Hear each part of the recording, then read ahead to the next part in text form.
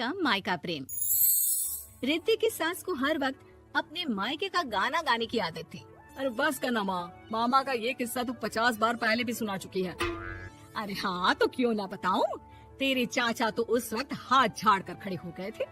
तब मामा ही था तेरा जो आगे आया और मदद की। देखो अब ठीक है ना, जो हो गया सो हो गया। क्यों एक बात को हमेशा गाती रहती हो। अब तो बहू घर आ गई है, उसे तो सबको मान कर चलना है ना कि सिर्फ सास का मायका ही समझेगी वो। तभी वहाँ रिद्धि आ जाती है। माँ, आज मैं घर जा सकती हूँ? माँ को मेरी बहुत याद आ रही है। शादी के बाद एक बार भी नहीं गई। हाँ तो कौन जाता है। अरे मेरी शादी के बाद जब मैं विदाई होकर आई, इतना बड़ा ससुराल मेरा, खाने वाले 10 लोग और बनाने वाली मैं सिर्फ एक। ऐसा लग रहा था जैसे सिर्फ खाना बनाने के लिए ही ब्याह किया है। वो तो मेरा भाई था, गांव से एक काम करने वाली चाची को भेज दिया जो मेरा हाथ पटाती थी, और उसको पैसा, खाना, कपड़ा, रहने के लिए कमरा, वो सब किससे दिया था? तुम्हारे भाई ने। ये मामला रोज का था।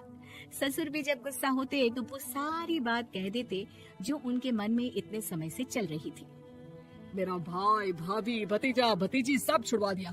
मैंने जीवन भर सिर्फ तुम्हारे परिवार वालों से निभाया, लेकिन अब भी चैन नहीं है तुमको। बहू के सामने सास को लगा कि उसकी बेइज्जती हो रही है।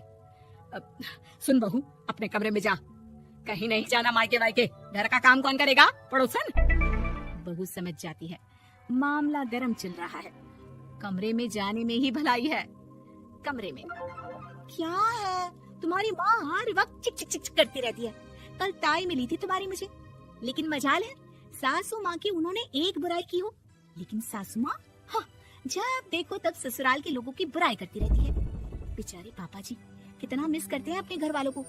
मेरा तो बड़ा मन करता है कि ताऊ जी, चाचा जी और सब मिलकर रहे, ना साथ रहे लेकिन आना जाना तो ठीक से रखे। हिंदुस्तान और पाकिस्तान एक हो सकता है, लेकिन चाचा और ताऊ के परिवार के साथ हम लोगों का मिलन ना जी ना, कभी नहीं हो सकता। ये बात है। देखिए मेरे साथ ना ज्यादा चैलेंज मत करिएगा। ऐसा कोई काम नहीं है जो मैं नहीं कर सकती। ससुर जी जो कि बहू की बात सुन रहे थे सामने आ जाते हैं। अरे बेटा, तू ये कर सकती है तो प्लीज मेरा परिवार किसी तरह मुझसे मिलवा दे। सारी जवानी तो मैंने किसी तरह काट ली, लेकिन जीवन के इस पड़ाव पर बहुत याद आती है मेरे परिवार की।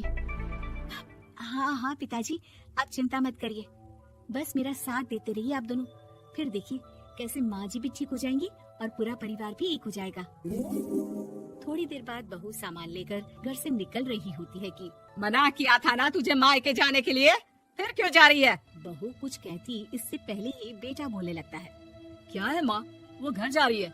वैसे भी उसके माता पिता ने मुझे 10 लाख दिए तब जाकर मेरा काम शुरू हो पाया, वरना तूने मेरे लिए किया क्या है? अरे वाह बेटा, बचपन से पढ़ाया लिखाया, तेरे दुख दर्द में जगी, और आज वो लोग तुझे सही लग रहे हैं। और फिर ससुराल में लड़की खुश रहे, ये तो मायके वालों की जीवन भर की जिम्मेदारी रहती है। तो ये तुमको भी तो सोचना था ना। ताऊ जी ने पापा को पढ़ाया लिखाया, जब तुम नहीं आई थी तो पापा के लिए ताई जी ने पापा की माँ की तरह देखभाल की। अब बोलिए। अरे तू कुछ नहीं जानता बेटा, तेरे पापा को सब पता है, तभी वो उन लोगों से वास्ता नहीं रखते। मैं उन लोगों को जानता हूँ, लेकिन मैं तुम्हें नहीं जानता कि तुम्हारे मन के लायक काम नहीं हुआ तो तुम घर की शांति बर्बाद कर दोगी। सास जोर जोर से चिल्लाने लगती है। तभी वहाँ सास का भाई आ जाता है। अरे क्यों आप लोग मेरी बहन को परेशान करते रहते हैं? पहले ये जीजा कम थे, जब बहू भी आ गई।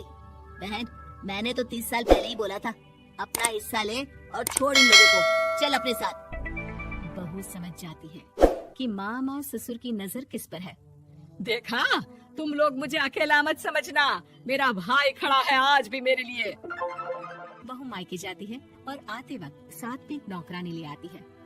अरे बहू, कुछ खाने को दे दे। अरे आंटी, क्यों भाभी को परेशान करती रहती हो? उनके भाई ने मुझे जिम्मेदारी दी है, किसी भी चीज की परेशानी नहीं होनी चाहिए भाभी को, जो चाहिए मुझे बोलने का। आय हाय, बहू के मायके वालों का इतना दखल। ये मेरा घर है, कोई कल का आए इसे पूरा कैप्चर कर ले, ये बर्दाश्त नहीं होगा मुझसे। क्या हो गया सासू माँ, क्यों सुबह सुबह चिल्ला रही हैं? चमेली, ओ चमेली, क्या कहा था मेरे भाई ने तुझे? अरे दीदी बहुत तेज है आपकी सासू माँ। मैंने तो बोला कुछ चाहिए तो मांग लो मुझसे।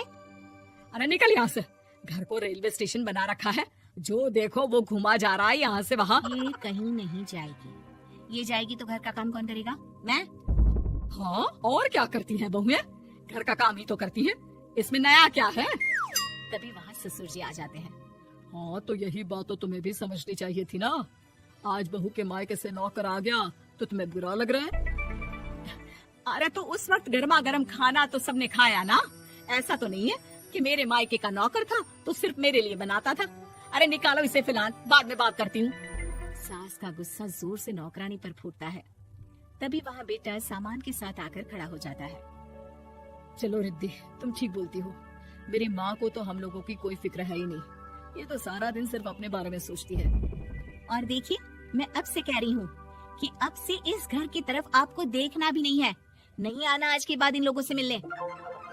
हाँ हाँ, बस कभी कभी दिन में 2 बार मिलने आ जाओ। नहीं, बिल्कुल नहीं। ससुर झूठा नाटक करते हुए।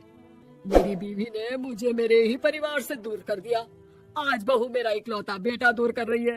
हाय कैसे जीऊंगा मैं। वाह, वो भाई जो आपको बेटे की तरह मानता था, उन्हें छोड़ने में तो दुख नहीं हुआ। आज खुद का बेटा छोड़कर जा रहा है तो कैसे जीऊंगा। बढ़िया है। अब सास समझ चुकी थी कि उससे गलती क्या हुई है। मुझे माफ कर दे बहू, अब मेरी समझ में आ गया कि अपनों से दूर कर बीवियां पति का भला नहीं बल्कि उन्हें जीवन में अकेला कर रही है। मुझे माफ कर दे, मैं अब सबसे माफी मांग लूंगी। ससुर जी दूर से बहू को थम्स अप दिखाते हैं।